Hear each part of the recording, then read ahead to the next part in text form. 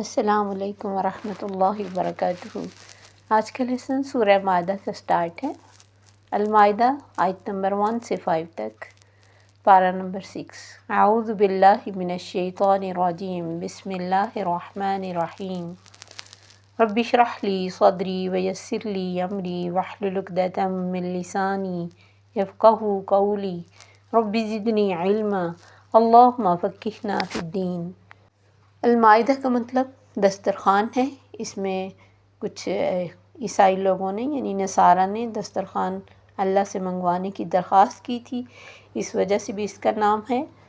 یہ سورہ صلح حدیبیہ کے بعد نازل ہوئی، اور اس میں پورے قرآن میں یا ایھا الذین آمنوا 88 بار آیا ہے، جس میں 16 بار اس صورت میں آیا ہے۔ اس کے حلال اور حرام واضح ہیں، اور یہ روایات میں ہے کہ آخری صورت ہے۔ حضرت عائشہ رضی اللہ عنہ فرماتی ہیں کہ اس کے تمام احکام محکم ہیں، کوئی بھی منسوخ نہیں ہوا۔ اس کے حلال کو حلال سمجھو اور اس کے حرام کو حرام سمجھو۔ تو اللہ تعالیٰ نے فرمایا یا ایھا الذین آمنوا، بسم اللہ، یا ایھا الذین آمنوا اوفوا بالعقود، اے ایمان والو وعدوں کو پورا کرو۔ عقد میثاق سے بھی پکا وعدہ ہے، عہد، میثاق، عقد۔ تو اللہ فرماتے کہ اپنے وعدوں کو پورا کرو، وہ وعدہ جو کسی دو کے درمیان ہو۔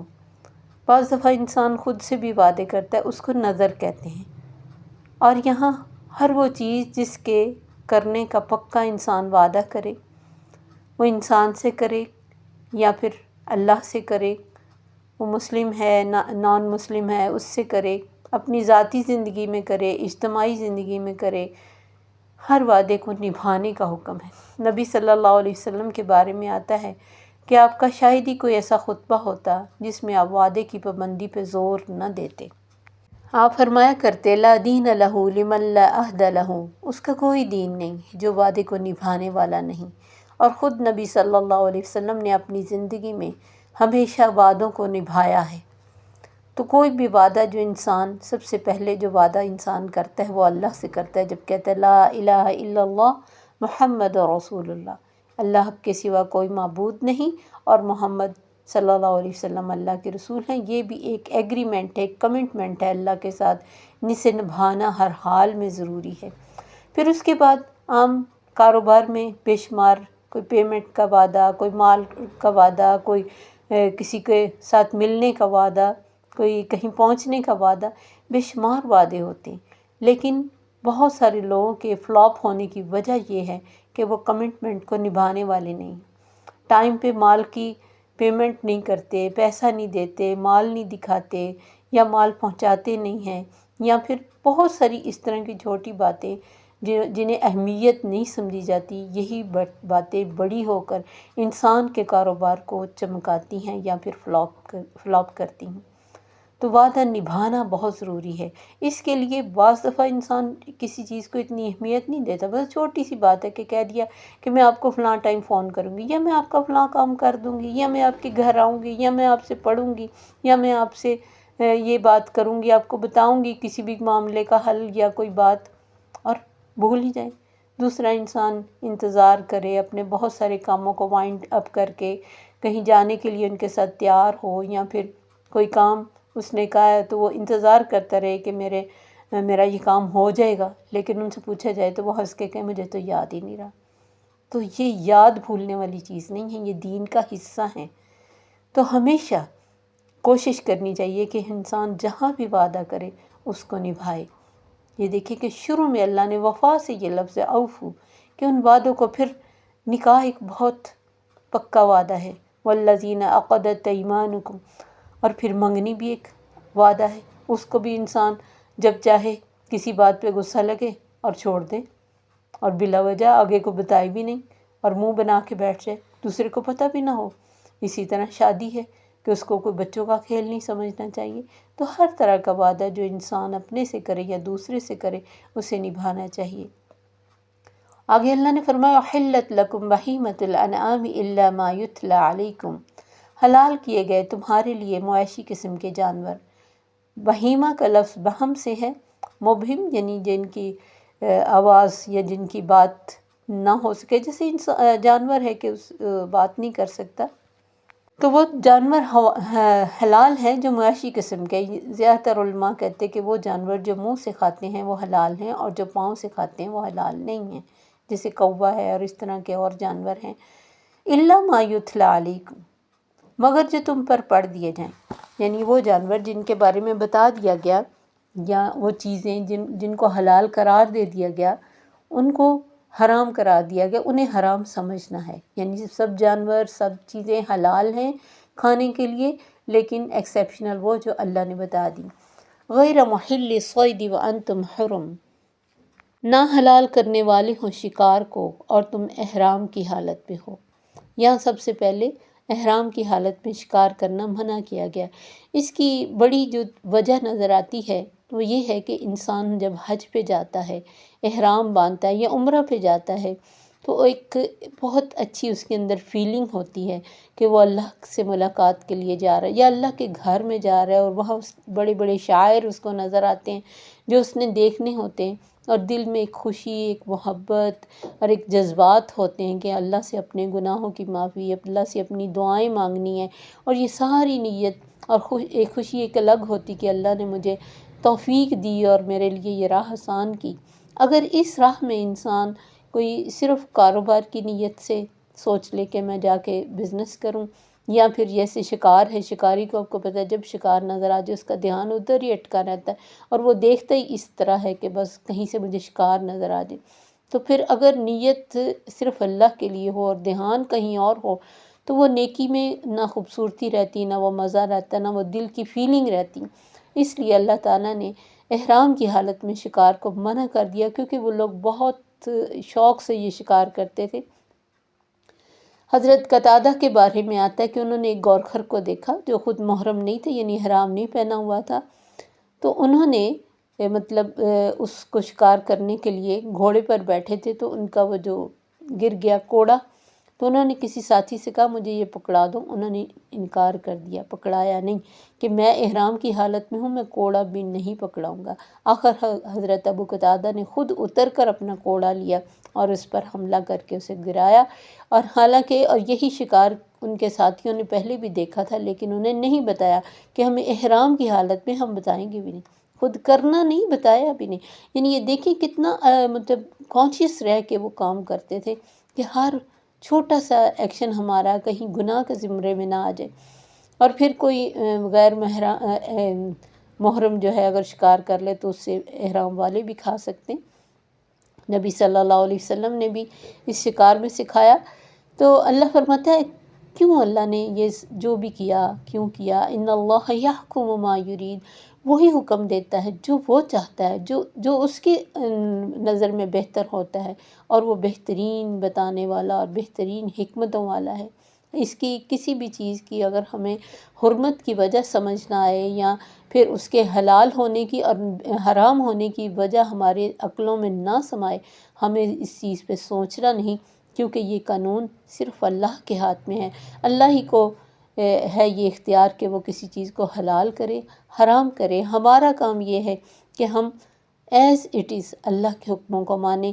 جس چیز کو اس نے حرام کر دیا اس کو کسی بھی طریقے سے، کسی فتوے سے، کسی دنیا کے نئے فتنے سے اس کو اپنے لیے حلال نہ کریں۔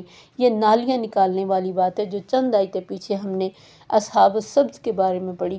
تو اس طرح کا کوئی ہیلہ سازی دین اور اللہ کے حکموں کے ساتھ نہیں کرنا چاہیے۔ اس کے بعد اللہ فرماتے یا ایھا الذین آمنوا لا تحلوا شعائر اللہ، اے ایمان والو اللہ کے شاعر کی بے حرمتی نہ کرو۔ اللہ کے شاعر میں بہت سارے جیسی حج کے مساکن ہیں، یعنی جو سارے ارکان ہیں حج کے وہ بھی اللہ کے شاعر ہیں۔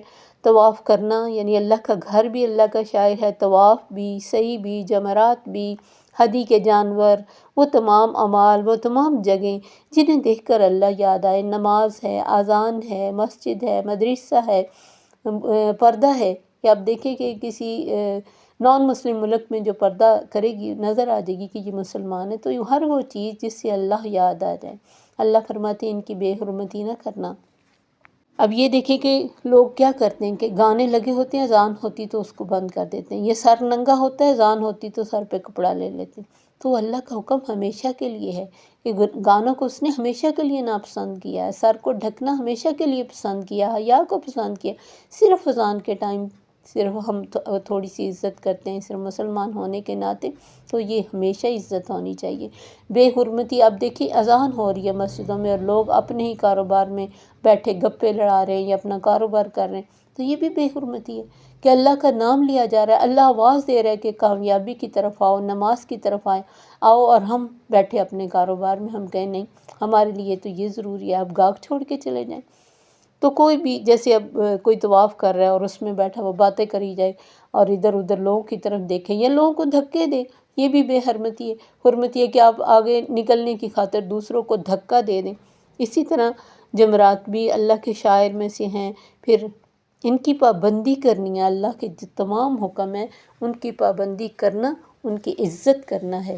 وَلَا الشَّهْرَ الْحَرَامَ وَلَا الْهَدْيَ وَلَا الْقَلَائِدَ، نہ ہی حرمت والے مہینوں کی بے قدری کرو، نہ ہدی کے جانوروں کی اور نہ پٹے والے جانوروں کی، اور نہ ان جانوروں کی جنہیں قصد کیا ہو، جن کے بارے میں ارادہ ہو کہ بیت الحرام کی طرف جائیں گے۔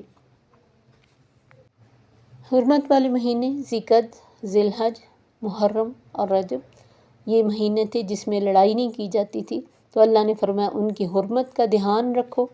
جانور جو اللہ کے گھر میں قربان ہونے کے لیے لے کے جا رہے ہیں، ان کو بلا وجہ تکلیف دینا، ان کے اوپر بیٹھنا تو جائز ہے، مطلب اگر کوئی ایسا جانور ہے جیسے اونٹ ہے، گھوڑا ہے، گھوڑا تو خیر قربانی کے لیے نہیں جاتا، اونٹ جیسے ہے، اور اس کے اوپر نبی صلی اللہ علیہ وسلم نے ایک شخص کو دیکھا کہ وہ جا رہا تھا، تو آپ نے دیکھا کہ ان کے ساتھ جانور ہے، اونٹ ہانک کے لے کے جا رہا، آپ نے فرمایا اس پہ سوار ہو جا۔ وہ کہنے لگا یہ قربانی کا جانور ہے، آپ نے پھر فرمایا سوار ہو جا، پھر اس نے کہا یہ تو قربانی کا اونٹ ہے، دوسری یا تیسری بار فرمایا تجھ پہ افسوس، اس پہ سوار ہو جا۔ یہ بخاری کی حدیث ہے۔ یعنی معروف طریقے سے سوار ہو سکتے ہیں، اگر کوئی اور سواری نہیں ہے تو تنگ ہونے کی بجائے ان پر سوار ہونا کوئی گناہ نہیں، لیکن انہیں کسی بھی طرح تکلیف دینا یا بلا وجہ چوری کر لینا یا اس کو پکڑ کے اپنے لیے ذبح کر دینا، یہ غلط ہے۔ اور آگے قلادہ کا ذکر ہے، حضرت عائشہ رضی اللہ عنہ فرماتی کہ میں نے نبی صلی اللہ علیہ وسلم کی قربانی کے اونٹوں کے پٹے بٹے، یعنی جو ان کے گلے میں ہار ہوتا ہے، پھر آپ نے وہ پٹے اونٹوں کے گلے میں ڈال دیے اور ان کے کوہانوں سے خون نکالا اور انہیں بیت اللہ روانہ کر دیا۔ یبتغون فضلا من اللہ ورضوانا، وہ چاہتے ہیں اللہ کی رضا، یعنی اللہ کی رضا کی تلاش میں ہیں اور اس کی رضامندی کے اور فضل کی تلاش میں۔ تو ان ساری چیزوں کے حرمت کا دھیان رکھنا چاہیے، جیسے مسجدوں میں لوگ اونچی اونچی بولتے ہیں یا وہاں بیٹھ کے حرم میں کھانا کھانے کی ایک محفل بنا کے بیٹھے ہیں اور اس میں پھر کھلارا ڈال کے اٹھ جائیں، تو یہ ساری چیزیں منع ہے، وہ انجوائمنٹ کی جگہ نہیں ہے، اس کا ایک تقدس ہے، ایک حرمت ہے، اس کا دھیان رکھنا چاہیے اور اس کو کوئی تفریح کی پلیس نہیں بنا لینا چاہیے۔ وَإِذَا حَلَلْتُمْ فَاصْطَادُوا، اور جب تم حلال ہو جاؤ یعنی احرام اتار دو تو شکار کرو، پھر کوئی مسئلہ نہیں۔ وَلَا يَجْرِمَنَّكُمْ شَنَآنُ قَوْمٍ أَن صَدُّوكُمْ عَنِ الْمَسْجِدِ الْحَرَامِ، نہ آمادہ کرے تمہیں کسی بھی قوم کی دشمنی کہ روکے تمہیں مسجد حرام سے، کیونکہ صلح حدیبیہ میں انہوں نے مسلمانوں کو عمرہ کرنے سے روکا تھا، تو اللہ نے کہا کسی کی بھی دشمنی تمہیں ایسی بات کے لیے آمادہ نہ کرے کہ تم کسی کو اللہ کی مسجدوں سے روکو، ان تعتدوا، کہ تم زیادتی کرو، یعنی ایسا کوئی کام نہیں کرنا۔ بے شک انہوں نے روکا، یہ ان کا فعل ہے۔ اسی طرح کچھ لوگ اپنی مسجدوں میں دوسروں کو آنے سے روکتے، تو اللہ کی مسجدیں اللہ کا گھر ہیں، وہاں کسی کو بھی آنے سے روکنا نہیں چاہیے۔ نہ اس طرح کا تعصب عام انسانوں میں پھیلانا چاہیے کہ انہیں دین سے ہی نفرت ہو جائے کہ فلاں فرقے کو ہماری مسجد میں نہیں آنا چاہیے اور فلاں مسجد میں ہمیں نہیں جانا چاہیے۔ ہمیں اللہ کا ذکر کرنا ہے، وہ اللہ کا گھر ہے، وہ سب کے لیے کھلا ہے۔ وَتَعَاوَنُوا عَلَى الْبِرِّ وَالتَّقْوَىٰ، اور بھلائی اور تقوی کے کاموں میں ایک دوسرے سے تعاون کرو۔ نبی صلی اللہ علیہ وسلم نے نبی بننے سے پہلے مکہ میں کچھ بری طرح خانہ جنگی چھڑ گئی تھی آپ کی بعثت سے پہلے، اور بہت سلسلہ ہی شروع ہو گیا لڑائیوں کا، جس نے سینکڑوں گھر برباد کر دیے۔ اس میں آپ نے بھی حصہ لیا، لیکن آپ نے قریش کا ساتھ دیا اور کسی پر ہاتھ نہیں اٹھایا، یعنی یہ اس وقت کیونکہ آپ نبی تھے نہیں تھے اور آپ کو پتہ نہیں تھا۔ یہ لڑائی حرب فجار کے نام سے مشہور ہے کہ یہ حرمت کے والے مہینوں میں جاری رہی، اس لیے اس کو حرف فجار کہا جاتا ہے۔ اس کے خاتمے کے بعد صلح پسند طبیعتوں میں اس چیز کی بات دل میں یہ آیا کہ جا کے اس کے بارے میں کوئی ایگریمنٹ کریں کہ اب کوئی ظالم مکہ میں نہ رہے اور ہر مظلوم کی حمایت کی جائے گی۔ اس معاہدے کو حلف الفضول کہا جاتا ہے کیونکہ اس میں زیادہ تر لوگ فضل کے نام سے تھے، اور نبی صلی اللہ علیہ وسلم اس معاہدے میں شریک تھے۔ آپ فرماتے مجھے صرف اونٹ بھی دیے جائیں تو میں نہ لیتا اس معاہدے کے مقابلے میں، آج بھی مجھے کوئی ایسے معاہدے کے لیے بلائے تو میں حاضر ہوں۔ یہ سیرت النبی میں لکھا ہوا ہے۔